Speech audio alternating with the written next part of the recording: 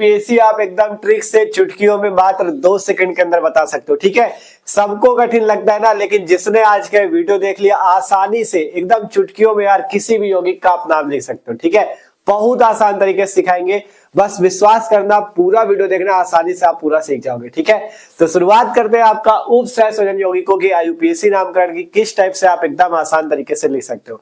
और आपको पता है केमिस्ट्री के पेपर का ऐसा टॉपिक है जो कि फिक्स है। ठीक है, पेपर में 1-2 यूपीएससी मतलब 2 से 3 यूपीएससी हर साल आते ही आते हैं। ठीक है, तो मस्त तरीके से इसको आप सीख जाओगे आज। ठीक है, तो चलो वीडियो शुरू करते हैं। मस्त तरीके से समझना, ध्यान से देखते रहना यार, एकदम आसान है। ठीक है, देख सकते हो कई सारे हमने यौगिक यहाँ पे लिख रखे हैं। अगर इतने सीख गए ना जितने यहाँ पे लिख रखे हैं, तो किसी भी यौगिक का आप लिख सकते हो। ठीक है, देखो मेन आपको ध्यान क्या देना है, ध्यान से सुनना, एक एक बातें आसान एकदम। ठीक है, आपको देखो इस टाइप के यौगिक मिलेंगे। ठीक है, एक ये आपके इस टाइप के यौगिक है और एक इस टाइप के है। इनमें फर्क क्या है, देखो इसमें जैसे K4 बाहर लगा है और कोष्टक के अंदर पूरी चीजें लिखी है। इसमें क्या है, कोष्टक के अंदर चीजें लिखी है और Cl2 इधर बाहर लगा है। मतलब कि आपको ध्यान इसमें पहली बात, ठीक है, कुछ बातें बताएंगे, ध्यान से सुनना। पहली बात ये देखना है, जो बाएं पक्ष में चीज लिखी होगी वो होती प्लस की, और जो दाएं पक्ष में लिखी होती वो होती माइनस की। जैसे यहाँ पे K4 क्या होगा, प्लस का होगा, बाएं में लिखा है, और ये क्या होगा, माइनस में। जैसे इधर ये बाएं साइड लिखा है तो प्लस होगा, और ये दाहिने साइड है तो माइनस होगा। इसमें ये चीज पहचानना है क्या, कि जो बाएं साइड होगा वो प्लस, जो दाहिने साइड माइनस। यहाँ पे बाएं साइड ये है कोष्टक वाला, तो ये प्लस है, और Cl जो है ये माइनस है। ठीक है, ये चीज ध्यान देना। इसी टाइप से नीचे भी। ठीक, पहली बात समझ गए। दूसरी बात ये समझनी है क्या, कोष्टक के अंदर कुछ बात समझनी है। जैसे बड़े वाले कोष्टक के अंदर 2 चीजें होती है, एक होता है केंद्रीय धातु परमाणु, एक होता है लिगेंड। जैसे यहाँ पे Fe देख रहे हो, ठीक है, Fe क्या है, एक धातु है, आयरन मतलब लोहा, तो ये क्या है, केंद्रीय धातु परमाणु। CO क्या है, केंद्रीय धातु परमाणु। प्लेटिनम क्या है, केंद्रीय धातु परमाणु।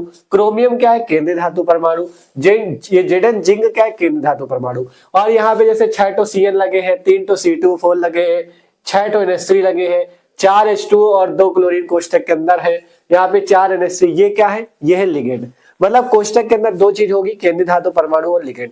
जो धातुएं आपको दिखे उनको बोलेंगे केंद्रीय धातु परमाणु, और जो इस टाइप से 6, 3, 4 ये सब चीज लगी है ना, ये क्या है, लिगेंड है। बस इतनी चीज समझ गए तो आसानी से नाम लिख लोगे। देखो करना क्या है, सबसे पहले जैसे K4 FeCN6 का आपको नाम लिखना है। ठीक है, तो देखो सबसे पहले करना क्या है आपको, जैसे यहाँ पे कितने पोटेशियम लगे हैं, K का नाम क्या है, K का नाम होता है पोटेशियम। ठीक है, आगे हमने इनकी ऑक्सीकरण संख्याएं भी लिख दी है। ठीक, अभी धीरे धीरे सबको समझाते रहेंगे। ठीक, सबसे पहले नाम लिखने का तरीका यह है, आपको देखो एक चीज का नाम संख्या सहित लिखना है केवल, और किसी का नाम संख्या के सहित नहीं लिखना। केवल जो कोष्टक के अंदर लिगेंड होगा, जैसे 6 ठो लिगेंड है तो इनका नाम संख्या सहित, 3 ठो लिगेंड है तो इनका नाम संख्या सहित, और जैसे बाहर जो चीज लगी, जैसे 3 K3 लगे, 4 K लगे हैं, इनका नाम संख्या सहित नहीं लिखना। ठीक है, ध्यान से समझना। जैसे यहाँ पे K से समझना, केवल 4 है K कि 5 है K, इससे हमको कोई मतलब नहीं, हमको केवल देखना है K। तो K का नाम होता है पोटेशियम। K को क्या बोलते हैं, पोटेशियम बोलते हैं। ठीक है, तो इसका नाम लिखने के लिए सबसे पहले लिखा पोटेशियम, पोटेशियम लिख दिया आपने। ठीक है, पहला काम, सबसे पहला काम, सबसे पहले नाम बाएं पक्ष वाले का, यह सबसे पहले नाम धनायन का लिखना है। ठीक है, तो आपने धनायन का नाम सबसे पहले लिख दिया। आप जब कोष्टक के अंदर नाम लिखोगे तो कोष्टक के अंदर सबसे पहले नाम लिगेंड का लिखना है और संख्या सहित लिखना है। यहाँ पे कितने लिगेंड है, 6, तो 6 के लिए आपको यूज करना है हेक्सा। याद रखना, अगर लिगेंड 2 ठो तो डाई यूज करना, 3 ठो तो ट्राई, 4 के लिए टेट्रा, 5 के लिए पेंटा, 6 के लिए हेक्सा। ठीक है, तो कितने Cn है, 6, तो यहां से यूज करो हेक्सा। क्या यूज करोगे, हेक्सा। और Cn का नाम क्या है, ये हमने लिख रखा है, Cn का नाम साइनो, तो यहां से क्या लिखोगे, हेक्सा साइनो। क्या लिखोगे, हेक्सा साइनो। ठीक है, इस टाइप से पोटेशियम 6 Cn के लिए हेक्सा साइनो।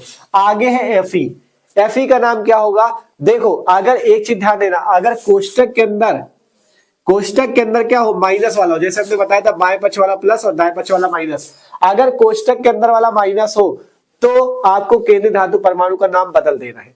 जैसे Fe को बोलते क्या है, आयरन बोलते हैं, लोहा, लेकिन यहाँ पे इसका नाम बदल के हम क्या लिखेंगे, थायरेट। क्या लिखेंगे, फेरेट। ये चीज अगर समझ गए ना तो किसी यौगिक का नाम लिख सकते हो।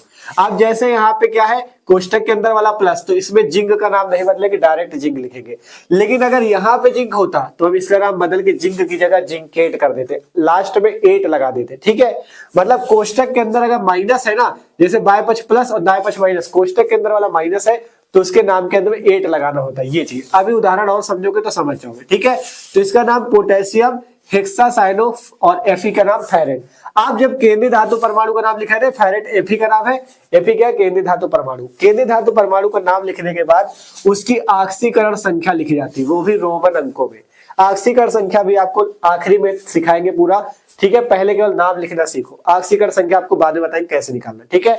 तो पोटेशियम हेक्सासाइनोफेरेट, आगे ऑक्सीकरण संख्या, ठीक है। तो इस तरह से नाम लिखा जाता है एकदम आसानी से। आप देखो जैसे अगला यौगिक है, इसका नाम आपको कैसे लिखना है, जैसे K3CO C2O4 का होल थ्राइज, 3 C2H4 है। तो सबसे पहले बाहर है 3 के, अब बाहर जो चीज होगा उसका नाम संख्या सहित नहीं लिखना, केवल लिगेंड में आपको संख्या लिखनी। जैसे 6 लिगेंड थे तो 6 के लिए हेक्सा लगाया, यहाँ पे 3 है तो ट्राई लगाएंगे। आपको बताया 2 के लिए डाई, 3 के लिए ट्राई, 4 के लिए टेट्रा, 5 के लिए पेंटा, 6 के लिए हेक्सा।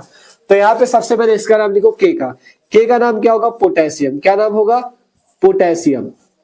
पोटेशियम लिख दिया आपने, यहाँ आपको 3 के है, इससे 3 के लिए आपको कुछ नहीं लगाना, केवल पोटेशियम लिख दो। आप देखो यहाँ पे कितने C2O4 है, 3 C2O4 है। तो देखो अब हमने कहा जब बाहर धनायन का नाम लिख लो, मतलब जो बाहर है के का नाम लिख दिया। अब कोष्टक के अंदर सबसे पहले किसका नाम लिखना है लिगेंड का, उसके बाद केंद्रीय धातु परमाणु का। लिगेंड कौन है C2O4, C2O4 का नाम ये लिखा है ऑक्जिलेट, क्या बोलते हैं ऑक्जिलेट। तो यहाँ पे ऑक्जिलेट में ओ लगाना, जैसे साइनो किया था वैसे ऑक्जिलेटो करना है। और है कितने 3 के लिए क्या लगाओगे ट्राई, तो पोटेशियम ट्राई और C2O4 का नाम ऑक्जिलेट है ना, तो ऑक्जिलेटो क्या लगाओगे ऑक्जिलेटो, पोटेशियम ट्राई ऑक्जिलेटो, ठीक है। मेन सारे नाम हमने लिख दिए हैं जिससे आपको कोई दिक्कत ना हो, ठीक है। तो पोटेशियम ट्राई ऑक्जिलेटो, और CO का नाम होता है कोबाल्ट, केंद्रीय धातु परमाणु है ना CO का क्या नाम होता है कोबाल्ट। लेकिन हमने बताया जब कोष्टक के अंदर वाला क्या हो माइनस हो तो आपको उसका नाम में 8 लगा देना है। तो कोबाल्ट में क्या लगा दोगे 8, तो कोबाल्टेट क्या नाम रख दोगे कोबाल्टेट।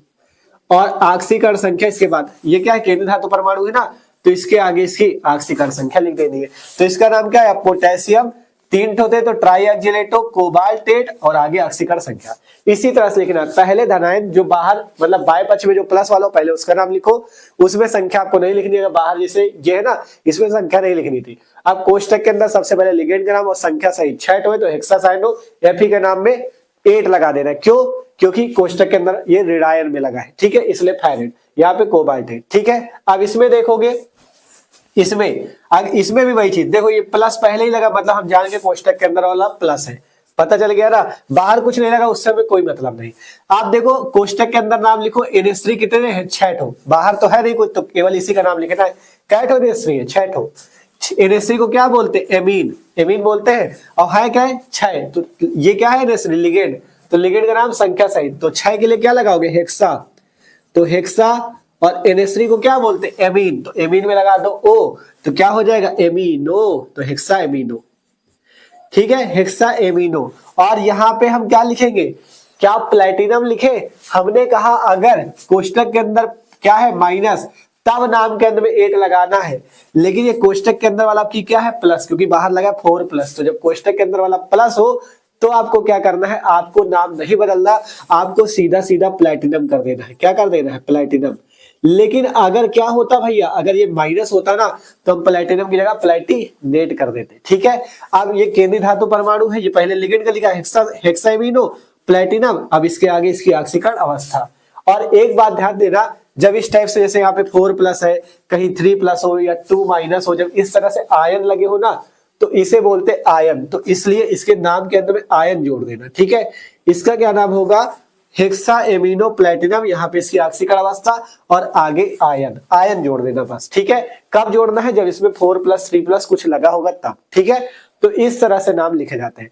अब आगे देखो, जैसे इनका नाम लिख रहे हैं ZnNH3 अब की इसमें क्या फर्क है, इसमें ये फर्क है बाएं पक्ष में तो ये प्लस है कोष्टक के अंदर वाला और बाहर वाला क्या है माइनस, ठीक है। ये चीज पहचान गए। अब की बार जिंक का नाम नहीं बदलेगा, जिंक में 8 नहीं लगेगा, क्यों नहीं लगेगा, क्योंकि हमने कहा जो कोष्टक के अंदर का माइनस है तभी लगेगा। ठीक है, अब इसका नाम लिखना है। तो सबसे पहले अब की बार इधर साइड वाले का नाम लिखना है, जो पहले आता है उसी का नाम लिखा जाता है। पहले आया तो इसी का लिखना है। अब कोष्टक के अंदर पहले किसका नाम लिखने का बताया, केंद्रीय धातु परमाणु का कि लिगेंड का? तो आप कहोगे भैया लिगेंड का। तो लिगेंड कौन है यहाँ पे, NH3। कैट हो 4, 4 के लिए क्या बताया टेट्रा, 2 के लिए डाई, 3 के लिए ट्राई, 4 के लिए टेट्रा। तो यहाँ पे लिखो टेट्रा। क्या लिखोगे, टेट्रा। NH3 को क्या बोलते हैं, कहा गया एमीन, तो टेट्रा एमीनो। क्या बोलोगे, टेट्रा एमीनो। ठीक है, टेट्रा एमीनो लिख दिया। अब जेडन का क्या नाम है, जेडन का, तो आप कहोगे भैया जेडन को जिंकेट लिख दे। जिंकेट क्यों लिख दोगे, अब की बार प्लस है तो डायरेक्ट जिंक लिखो ना। तो टेट्रा एमीनो जिंक, यहाँ पे नीचे लिखना, जगह आगे नहीं है। ठीक है, टेट्रा एमीनो जिंक। अब जिंक हो गया केंद्रीय धातु परमाणु, इसके आगे इसकी आंशिक अवस्था लिख दो। ठीक है, ये देखो यहाँ पे इसको थोड़ा ऐसे कर दे जिससे आप, ठीक है, इधर वालों के नाम इधर, बोर्ड में जगह कम है, समझ लेना। ठीक है, टेट्रा एमिनो जिंक। अब इसके बाद इसकी आंशिक अवस्था लिखनी है और आगे सीएल। सीएल अब बाहर है, कैट हो 2 ठो, तो क्या डाई क्लोराइड लिखे, डाई नहीं लिखेंगे, डाई ट्राई टेट्रा पेंटा हेक्सा उसी में लगाना है जो लिगेंड होगा, केवल लिगेंड की नाम संख्या सहित, और बाकी में संख्या आपसे कोई मतलब नहीं। 2 ठो क्लोरीन है कि 3 ठो क्लोरीन, इससे कोई मतलब नहीं, बस उसमें आपको क्लोरीन की जगह क्या लिखना है, क्लोराइड। क्या कर देना है, क्लोराइड। ब्रोमीन लगा होता तो क्या कर देते, ब्रोमाइड। ठीक है, तो इसका नाम कैसे लिखा गया, 4 NH3 थे तो टेट्रा एमिनो। जेडन का नाम जिंक, यहाँ पे केंद्रीय धातु परमाणु है ना जिंक, तो आगे ऑक्सीकरण अवस्था और क्लोरीन की जगह क्लोराइड कर दिया, तो हो गया आपका एकदम आसानी से। ठीक है, इसी तरह से नाम लिखना है। अब जैसे यहाँ पे देख लो, इसका नाम लिखना है। यहाँ पे अब की बार ये केंद्रीय धातु परमाणु और लिगेंड इस बार हमारे पास 2 है। पहला है जल H2O, H2O को बोलते हैं एक्वा। क्या बोलते हैं, एक्वा। तो एक्वा किससे आता है, ए से। अब जब 2 लिगेंड मिले तो 2 लिगेंड का तरीका बता रहे कैसे नाम लिखना है। एक्वा आता है ए से और क्लोरीन किससे आता है, सी से। तो अब आपको ABCD यूज करना है। पहले नाम, अब जैसे 2-3 थे लिगेंड आ गए, तो अब बात आती कि कौन सा लिगेंड का नाम पहले लिखे, तो उसके लिए ABCD आती ना, वो याद रखना। पहले ABCD में ए आता है कि सी, देखो एक्वा का ए और क्लोरीन का सी, तो पहले ABCD में ए आता है कि सी, तो आप कहोगे भैया ए आता है, तो पहले नाम ए का लिखना है। ठीक है, आप कोष्टक के अंदर वाले का नाम लिखना है, तो केंद्रीय धातु परमाणु और लिगेंड है ये दोनों। अब की बात 2 ठो लिगेंड है, ये भी लिगेंड है, ये भी लिगेंड है। ठीक है, तो आप दो में से पहले नाम किसका लिखेंगे, जिसका ABCD पहले आएगा। एक्वा का ए और क्लोरीन का सी, तो पहले एक्वा आएगा ना, तो एक्वा का नाम पहले। अब कितने हैं यहाँ पे, 4। H2O कितने हैं, 4, तो 4 के लिए टेट्रा, तो पहले लिखना है टेट्रा एक्वा। क्या लिखोगे, टेट्रा एक्वा, इसका नाम हो गया।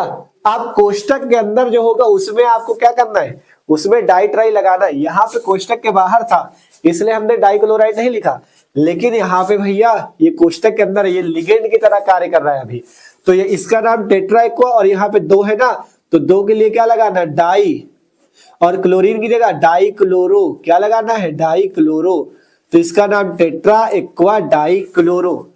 ठीक है, दोनों लिगेंड के नाम हो गए ना, टेट्रा एक्वा डाई क्लोरो, ये केवल समझाने के लिए था। ठीक है, tetra aqua die chloro ligand के नाम हो गए। आप ये आपका क्या, केंद्रीय धातु परमाणु क्रोमियम, तो क्रोमियम लिख दो। क्या क्रोमेट कर दे, बताओ क्रोमेट कर दे, क्या नहीं करेंगे, क्यों, क्योंकि अब की बार कोष्टक के अंदर प्लस और बाहर माइनस, जब कोष्टक के अंदर माइनस होगा तब 8 लगाना है, जब प्लस हो तो नहीं लगाना। ठीक है, क्रोमियम केंद्रीय धातु परमाणु हो गया, आगे ऑक्सीकरण अवस्था लिख दो। अब नाम किसका लिखना है, NO3 का। NO3 क्या बोलते हैं, NO3 को बोलते हैं नाइट्रेट। क्या बोलते हैं, नाइट्रेट। ठीक है, NO3 को क्या बोलते हैं, नाइट्रेट, तो यहाँ पे लिख देना आगे नाइट्रेट। ठीक है, आगे क्या लिख देना, नाइट्रेट। ये आपका NO2 नहीं था, NO3 था। ठीक है, ये हो गया नाइट्रेट। तो नाम क्या आया, टेट्रा एक्वा डाई क्लोरो, और यहाँ पे क्रोमियम और बाहर नाइट्रेट, ये यहाँ पे ऑक्सीकरण अवस्था। यहाँ पे जब कोष्टक के बाहर था तो क्लोराइड किया था, लेकिन हमने कहा ना लिगेंड में O लगाना, जैसे अभी तक लगाते थे साइनो, ऑक्जिलेटो, एमिनो, है ना, एमिनो, तो वैसे ही क्लोरो, है ना, ऐसे। तो इस tetra aqua die chloro chromium ऑक्सीकरण अवस्था नाइट्रेट। ठीक है, तो नाम लिखने का यही एकदम आसान तरीका है। आप बताओ एकदम आसान लग रहा है कि नहीं, जैसे जैसे एग्जाम्पल करते हो तो खुद मजा आने लगती है। ठीक है, तो करना क्या है, सबसे पहले प्लस माइनस देख लो, अगर कोष्टक के अंदर माइनस है तो केंद्रीय धातु परमाणु में 8 लगा दो, कोष्टक के अंदर वाला प्लस है तो 8 ना लगाओ। ठीक है, अब इसके बाद क्या बताया, जैसे पहले पोटेशियम 4 होते, हमें इसमें 4 के लिए कुछ नहीं लगाना, डाई ट्राई, केवल लिगेंड में संख्या लिखनी, बस लिगेंड अंदर है तो इसकी संख्या लिखनी है। तो पोटेशियम 6 होते तो हेक्सासाइनो, Fe, फेरेट, आगे ऑक्सीकरण अवस्था। अब ऑक्सीकरण अवस्था निकालना सीखो। ऑक्सीकरण अवस्था कैसे निकालेंगे, जैसे इसकी निकालनी, सबसे पहले ऑक्सीकरण अवस्था रफ में निकाल लिया, वो रफ लिखा है। ठीक है, अब जैसे यहाँ पे सबकी आक्सीकरण अवस्था हमने लिख रखी, देखो के H plus N A plus की एक होती है, CL minus B R minus I minus की एक होती है, और आगे सबकी आक्सीकरण अवस्था हमने लिख दी है। ठीक है, अब जैसे आपको K4 ApCN6 में किसकी निकालनी होती है, केंद्रीय धातु परमाणु की, जिसकी निकालनी हो उसको x मान लो। आक्सीकरण अवस्था निकालने का तरीका है, जिसकी निकाल लो उसको क्या मान लो, x मान लो। तो Fe को क्या मान लो, x के बराबर मान लो। ठीक, अब K4 है ना, K कितने 4, तो एक K की कितनी होती, एक है कितने 4, तो 1 गुणे 4 कर दो। अब Fe की निकालनी है, जब एक तत्व के बाद दूसरे तत्व के लिखो बीच में प्लस लगाओ, बीच में लगाया प्लस। Fe को कितना मानना है, x मानना है, Fe को मान लो x। ठीक है, क्योंकि Fe की निकालनी तो x मान लो, फिर प्लस लगाओ। Cn का 6, Cn की होती कितनी है -1, तो -1 होती तो -1 लिख लो, और आगे 6 तो है तो 6 लिख दो। ठीक है, देखो यहाँ पे एक पोटेशियम की होती 4 है तो 1 गुणे 4 प्लस लगाओ, फिर Fe की x प्लस लगाओ, Cn की -1 कितने हैं 6, तो -1 इंटू 6। अब बराबर में अगर यहाँ पे कुछ आयन लगा है तो बराबर में आपको वो आयन लिखना है, अगर कोई आयन नहीं लगा तो बराबर में 0 लिखना है। जैसे यहाँ पे 4 प्लस आयन लगा तो यहाँ पे बराबर में 4 लिख देंगे, यहाँ पे अगर कुछ नहीं लगा तो बराबर में 0 कर देना। अब कुछ नहीं करना, x का मान निकाल लो, वही आक्सीकरण अवस्था होगी। तो 1 का 4 से गुणा 4 प्लस x माइनस 6 बराबर 0। अब इसे अगर हल करोगे तो यहाँ से 4 से 6 घटाओ -2, तो x माइनस 2 बराबर 0, और आगे हल करने पे आपके पास x बराबर क्या आएगा, यहाँ से -2 0 की तरफ चला जाएगा तो x बराबर प्लस का 2 आएगा। ठीक है, रफली काम होता आप अलग निकाल सकते हो। कितना आया, x बराबर प्लस का 2, तो +2 आया। अब यही इसकी क्या होगी, x किसको माना था, Fe को, तो ये Fe की आक्सीकरण अवस्था है +2, कितनी आई +2। अब यहाँ पे डायरेक्ट +2 ऐसे ना लिख देना, इसको रोमन अंकों में लिखना है। रोमन अंक कौन होते हैं, वही सेकेंड थर्ड ऐसे करके, देखो कैसे लिखना है, ऐसे लिखना है भैया, है ना, ऐसे, ये सेकेंड। तो इसका अब पूरा नाम आया है कि पोटेशियम हेक्सासाइनोफेरेट सेकेंड। ठीक है, आक्सीकरण अवस्था जो होती है रोमन अंकों में लिखनी है। ठीक है, तो इस तरह से आप आक्सीकरण अवस्था लिख सकते हो। अब जैसे इसका नाम लिखना है, इसमें आक्सीकरण अवस्था निकालनी है, तो K3CO का होल्ड, किसकी निकालनी, CO की, जिसको निकालनी है उसको x मान लो। K3 है कितने के, 3, एक K की एक होती है तो 1 गुणे 3 प्लस CO को मानो x, क्योंकि CO की निकालनी, प्लस C24 कैट हो 3, एक C24 की कैट होती -2, तो -2 और है कैट हो 3, तो -2 इंटू 3 बराबर 0। हल कर लो जल्दी से भैया, 3 प्लस x माइनस 6 बराबर 0। अगर यहाँ से x को हल करके निकालोगे तो प्लस का 3 आ जाएगा, हल कर लेना। ठीक है, तो कितना आएगा +3। अब क्या +3 लिख दे, नहीं थर्ड लिखना है, क्या लिखना है, ऐसे थर्ड। तो इसका नाम क्या हो गया, पोटेशियम ट्राईऑक्सिलेटो कोबाल्टेट थर्ड। कोई दिक्कत किसी को, आसानी से नाम लिख लोगे। ठीक है, आप देखो आगे। ठीक है, रफली वाला काम हमने बिगाड़ दिया, डायरेक्ट यहाँ पे थर्ड सेकंड सब लिखा है। ठीक, अब इसकी निकालनी, देखो इस वाले में तो किसकी निकालनी है, जो केंद्रीय धातु परमाणु होगा। केंद्रीय धातु परमाणु कौन है, जिंक, तो जिंक की x मान लो, है ना, तो जिंक की मानो x प्लस NH3 है ना, आगे कैथो जाटो है। देखो एक तत्व के बाद जब दूसरे तत्व की लिखो तो प्लस यूज करना है। ठीक है, कैथो NH3 4, NH3 की होती कितनी है 0, तो 0 गुणे 4, है ना, प्लस लगाओ। फिर Cl की कितनी होती है, ClBrI की हमने लिख रखी 1। ठीक है, ClBrI की होती -1। ठीक है, -1 होती है, कितनी होती है -1। तो यहाँ से हम Cl की जगह कितना कर देंगे, -1, और है कैठो Cl 2 ठो, तो -1 इंटू 2 बराबर 0, क्योंकि यहाँ पे कोई आयन नहीं लगा तो बराबर में 0। तो x प्लस NH3 की 0 गुणे 4 प्लस -1 इंटू 2 बराबर 0। हल कर लेना, x बराबर आ जाएगा प्लस का 2, कितना आएगा प्लस का 2, तो यहाँ पे सेकंड हो जाएगा। तो नाम क्या है, टेट्राएमिनो जिंक सेकंड क्लोराइड। इस टाइप से नाम लिख रहा है, एकदम आसान है यार, कुछ भी नहीं। ठीक है, आगे देखो। अब अगला वाला देखो, इसमें किसकी निकालनी है, क्रोमियम की। तो क्रोमियम को हम लोग क्या मान लेंगे, x मान लेंगे। तो क्रोमियम को x मानो, प्लस H2O कैट हो 4, H2O की होती कैट हो 0, तो 0 गुणे 4 प्लस क्लोरीन कैट हो 2, क्लोरीन की होती क्या है -1, तो -1 इंटू 2।